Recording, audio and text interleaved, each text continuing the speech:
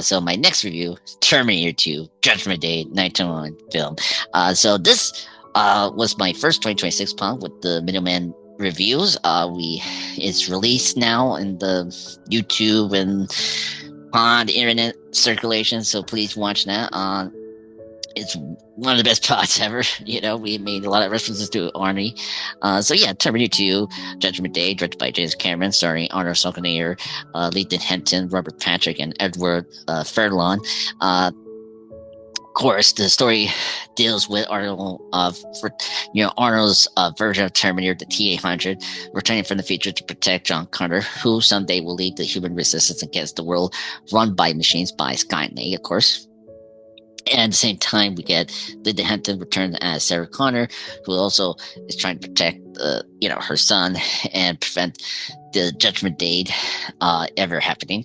So yeah, Terminator 2, Judgment Day isn't just one of the greatest sequels ever made. It's one of the greatest action film sequels of all time. James Cameron took a lean sci-fi horror concept and expanded it into a blockbuster epic without losing its intelligence, urgency, and emotional core. This is a rare sequel that outclassed the original in scale, heart, and cultural impact, which is true, but I still like the first one, and for the small and tightness of this writing.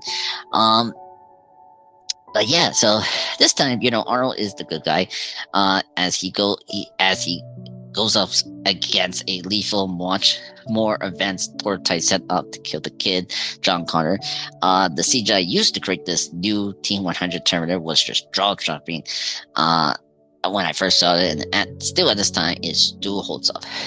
Through technology to create such things is now infinitely more available, but this has led problems to my book in recent films.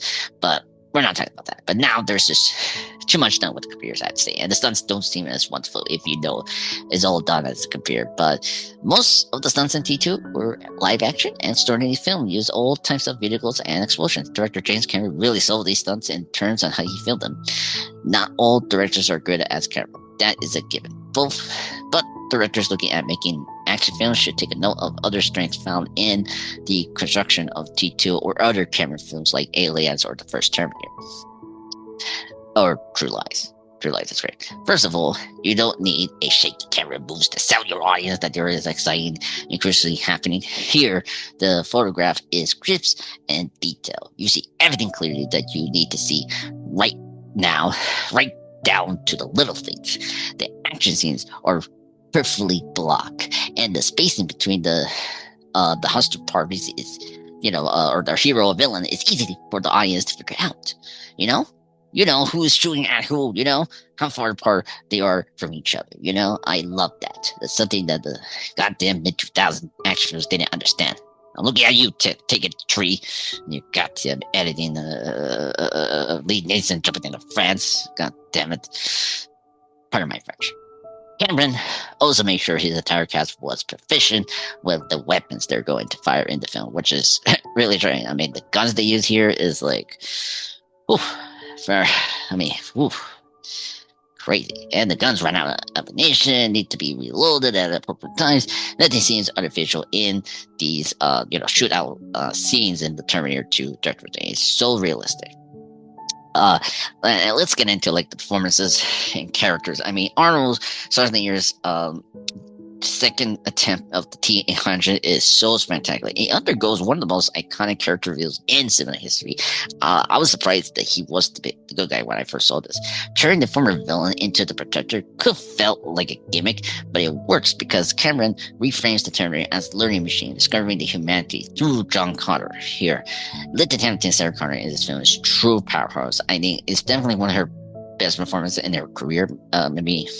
I do like her performance in Don't Speak, but this is her, Ripley performance, like Aliens. So it's one of the best. And gone is the frightened survivor from the Terminator.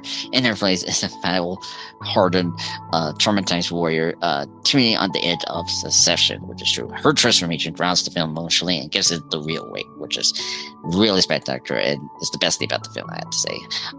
But another best thing about this film is the villain. Robert Patrick's T-100 remains one of the most terrifying villains ever put on screen.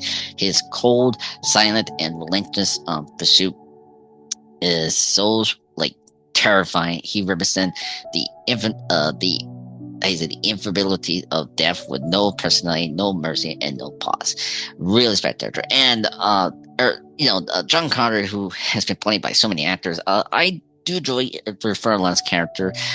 This is definitely the best version of John we got.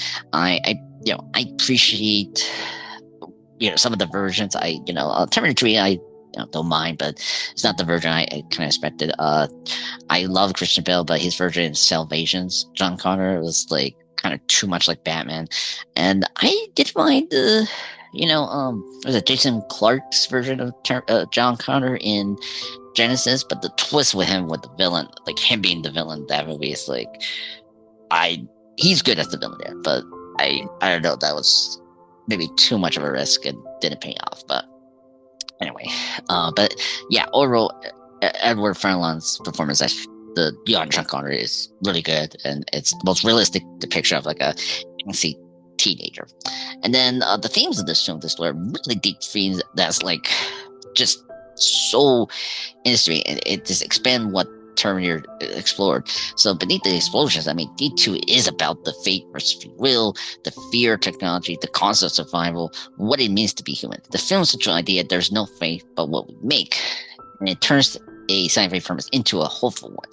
And the human statement about choice and responsibility is in the film, and they do such an executed so well in this film. The themes is so executed in the film, and you see that in the visuals and the dialogue, which is really great. And more to that, let's get into the entertainment of it. The action, the effects here are so spectacular. I mean, the action scenes are legendary from this film. Remarkable, they still hold up. The blend of practical effects and the groundbreaking CGI was evolution in 1981, from the LA River chase to the steel mill finale. Every set piece advances the narrative rather than interrupting them, and that's true. Then you got a camera here. Speaking his direction and pacing, Camera's direction in this film is confident, precise. This is the camera we don't know. The pacing is nearly flawless, balancing the relentless action with the quiet character moments, which is good. Even at over 2 hours, the film never feels bloated, which is crazy. It just moves along so well. Even this is my first time seeing the extended edition, actually, and it still goes really well. So I like the extended edition, folks. I seen it. It's really good. I think I like the initial material that was cut off. I wish some of them were. I understand they cut off, and some I kind of wish they kept it. But I think the director's cut does work, and I think Cameron does a really good job of how to cut out what's necessary in his films for the meaning of the story, which is good. Weakness for the film, or nitpicks I have to bring up. Well, I mean, some of the dialogue leads into early 90s sentimental, especially John Connor's way of talking is very 90s. And just, I mean, the ending is great, but later French centuries, I mean, the later Terminator sequels are so bad.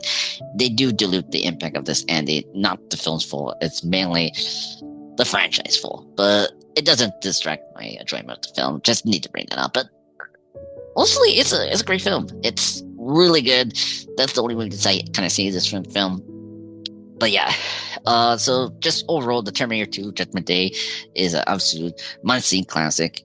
Highly recommend to see this film. If you have not seen it, buy it, please, because once you have seen it, you want to do so. Anyways, rewatch it over and over and over again, as I did before. It's a fast-paced, well enjoyable for just about every audience. Terminator 2 is a blockbuster filmmaking.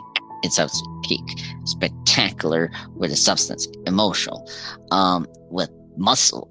Weirdly, it's at a standard a few films have ever matched. And then few sequels have ever matched either. So the rating for this film, I'll give it a 10 out of 10. It's one of the perfect sequel, a genre-defining classic. It's a reminder that action films can still have something meaningful to say. So I hope you guys enjoy Terminator 2 Judgment Day, /review.